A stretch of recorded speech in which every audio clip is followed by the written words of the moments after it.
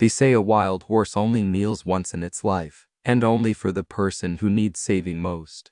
When 69-year-old Louise Carter sees a dun Mustang drop to one knee beside her forgotten ranch gate, she has no idea it's about to lead her to a secret her fallen soldier husband hid for half a century. Louise Carter tightened her wool shawl against the October breeze, the scent of sage and snow mixing in the air that rolled across her long-neglected pasture.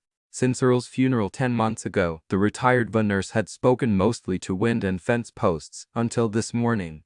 A dun-colored Mustang stood squarely in the driveway, head bowed, one foreleg bent as though it were lowering itself in a graceful curtsy. "Easy boy," Louise whispered, surprise warming her voice for the first time in weeks. The horse lifted its gaze, dark eyes reflecting something that felt eerily familiar, Earl's stubborn kindness. It turned, pausing at the broken cottonwood gate Earl never finished mending, then glanced back, an invitation. Louise's knees complained, but curiosity overruled. She followed the animal beyond the outbuildings, past the frozen irrigation ditch, into the fringe of pine that bordered Bureau of Land Management forest.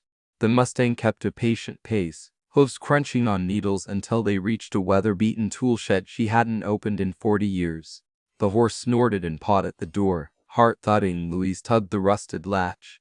Inside, a single shaft of light illuminated Earl's old medic pack, a relic from Vietnam she thought the army had reclaimed.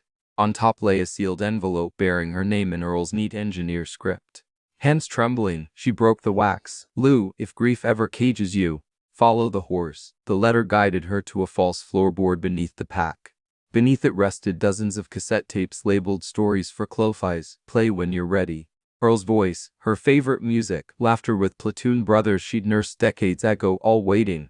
The Mustang nudged her elbow, coaxing a tearful smile. "Thank you, soldier," she murmured, stroking its warm neck. As the sun dipped behind the Tetons, Louise realized the horse hadn't rescued her. Earl had, one last time, through a living compass of muscle and mane.